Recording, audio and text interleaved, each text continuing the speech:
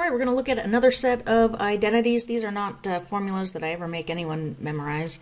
They are sum and difference formulas with those names because they talk about finding sine, cosine, or tangent of a sum of angles or a difference of angles and how they relate to trig functions of the individual angles. So like, for example, sine of alpha plus beta we can find by computing sine alpha times cosine beta plus cosine alpha times sine beta. Let's get started with an example. Here they tell us that sine alpha is 5 over 13, where alpha is in the first quadrant, and sine beta is a negative 3/5, where beta is in the third quadrant. We want to find cosine of alpha plus beta. So if we want cosine of alpha plus beta, I'm just going to take this identity right here. So we know that cosine of alpha plus beta is cosine alpha cosine beta minus sine alpha sine beta. Now sine alpha and sine beta we know, right? They told us that sine alpha is 5 over 13, sine beta is negative 3/5. What we don't know are the values of cosine alpha and cosine beta. So we got to find those. But if we know the value of sine of alpha, we can find the value of cosine of alpha. I'm going to just draw a triangle to help us out with that. We know that alpha is in the first quadrant, so that means that cosine alpha is also positive. And if this angle is alpha down here, then sine alpha, which is 5 over 13, that means that this is opposite, is 5 over hypotenuse is 13. We can use Pythagoras to find the value of x here. X squared plus 5 squared is 13 squared. So x squared is 13 squared minus 5 squared, which is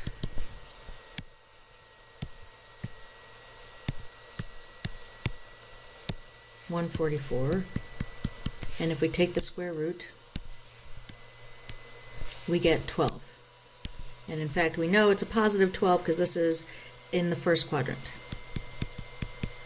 And that tells us that cosine alpha is adjacent over hypotenuse is 12 over 13.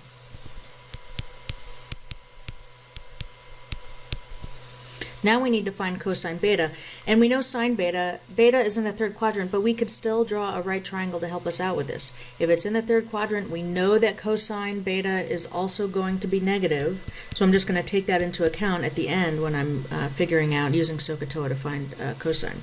So let's find cosine beta.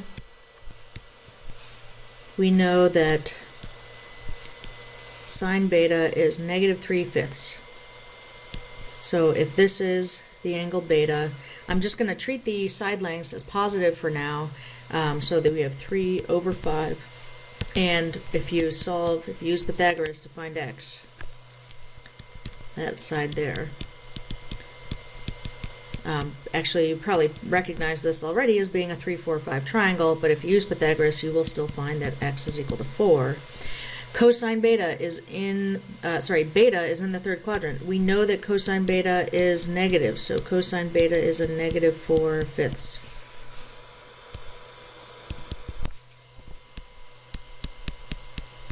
So we throw that value up here. Now I'm just going to do some arithmetic. So we have, negative 48 over 13 times 5 is 65. Minus a negative, because when we multiply, that'll be a negative product, so it'll be plus 15 over 65. And negative 48 plus 15 is negative 33, so negative 33 over 65. That is the value of cosine of alpha plus beta.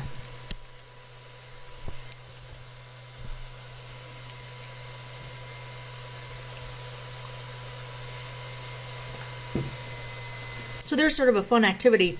Now we're going to do some examples that are more like similar to the ones we did before. we're going to show, prove some identities. So we're going to show that sine of 180 plus x is negative sine x. To start out, I'm going to start with the left side. Sine of 180 degrees plus x. And I'm going to use the sum formula for sine. So if you look at that previous page, sine of alpha plus beta is sine alpha cosine beta plus cosine alpha sine beta. And I'm going to use this identity where alpha is being played by 180 degrees and x is being played by, or is playing the role of beta here. So using the identity on this expression for sine of alpha plus beta, we get sine of 180 degrees cosine x plus cosine of 180 degrees times sine x. Now these values here, this is an actual angle, 180 degrees. I mean, you could use your calculator if you want, just make sure you're in degree mode, or you could think about it on the unit circle. At 180 degrees, we're right here on the negative real, or the negative real numbers here, or the negative x numbers. Sine, we could see, is 0, and cosine of 180 degrees is negative 1. So 0 times cosine x plus negative 1 times sine x. 0 times cosine is obviously 0, and we just get negative sine x as desired.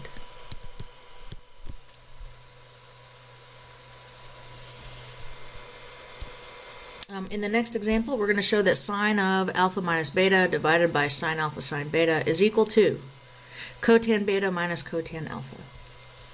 Alright, so I'm going to start on the left side, just because, the reason I'm starting on the left side here is because I just see an idea of what I could do first. When we're trying to prove these trig identities, we just want to be able to get started, to be able to write something down. So I see the sine of alpha minus beta, and I think, I could just use the difference formula for sine up top to rewrite the numerator. So that's what we're going to do. And if you look at the difference formula for sine on the previous page, you'll get that sine of alpha minus beta is sine alpha cosine beta minus cosine alpha sine beta. Now I'm no longer subtracting inside the angle. I am just subtracting in the numerator. So I'm going to split up this fraction over the subtraction that's happening up here. So I have sine alpha cosine beta over sine alpha sine beta minus cosine alpha sine beta over sine alpha sine beta. Now each one of these fractions we can reduce, right? In the first fraction I can cancel the sine alpha, and we have cosine beta over sine beta minus, in the other fraction we can cancel the sine betas, and we have cosine alpha over sine alpha. Now we're going to go back and use the identities from the last one, just those basic fundamental identities by definition. Cosine over sine is the cotan function. Now what we have to be careful of is that's true as long as the arguments or the angles inside are the same, and they are, right? Cosine beta over sine beta and cosine alpha over sine alpha. So individually in these fractions we do have cotan beta minus cotan alpha, which is what we wanted. We can declare victory.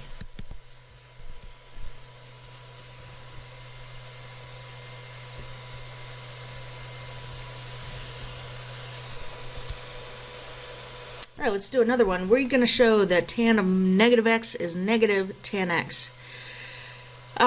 So this is in a section on the sum and difference, adding and subtracting inside the angle, right, inside the function itself.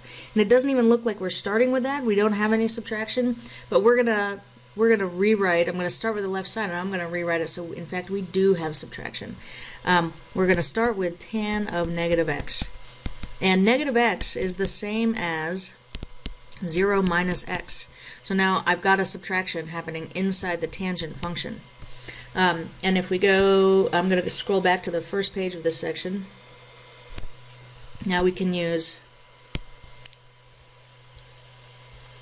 this identity right here. Tan of alpha minus beta is tan alpha minus tan beta divided by 1 plus tan alpha tan beta. I'm just going to write that down here for us to use.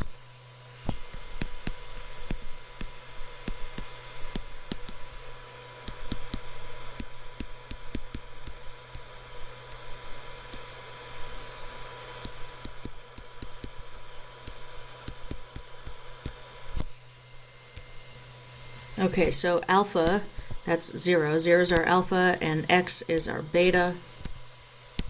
So this is going to be tan of 0 minus tan of x divided by 1 plus tan of 0 times tan of x. And in these right here, I just have tan of 0, tan of a known angle. You can plug it into your calculator, or you can use the unit circle at 0 degrees or 0 radians, same location. Sine is equal to 0, right? Tangent is sine divided by cosine. So tangent of 0 is 0. So I'm going to plug that in. Of course, we have the 0 term, so we don't need that.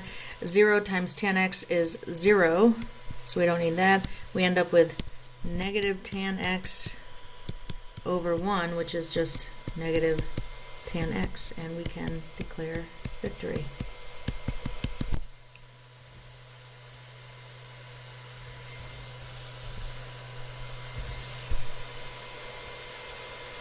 Okay, let's do one more. We're going to show that sine of pi over 2 plus x is equal to cosine. So essentially, if you take the sine function and phase shift it by pi over 2 radians to the left, that's the same as the cosine function.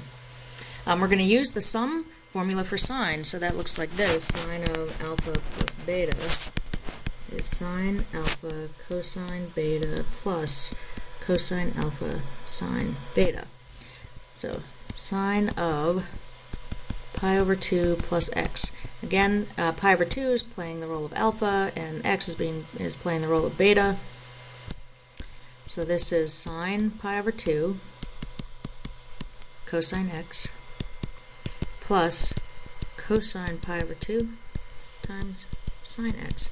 Again, we have a known angle, right? This right here, sine pi over 2, this cosine pi over 2, that's a fixed angle. We could just plug it into the calculator and make sure you're in radian mode this time, or use the unit circle. We're at the top of the circle. We could see that cosine of pi over 2 is 0 and sine of pi over 2 is 1. So we have 1 times cosine x plus 0 times sine x. This zeroes out, and we just get cosine x, which is what we wanted.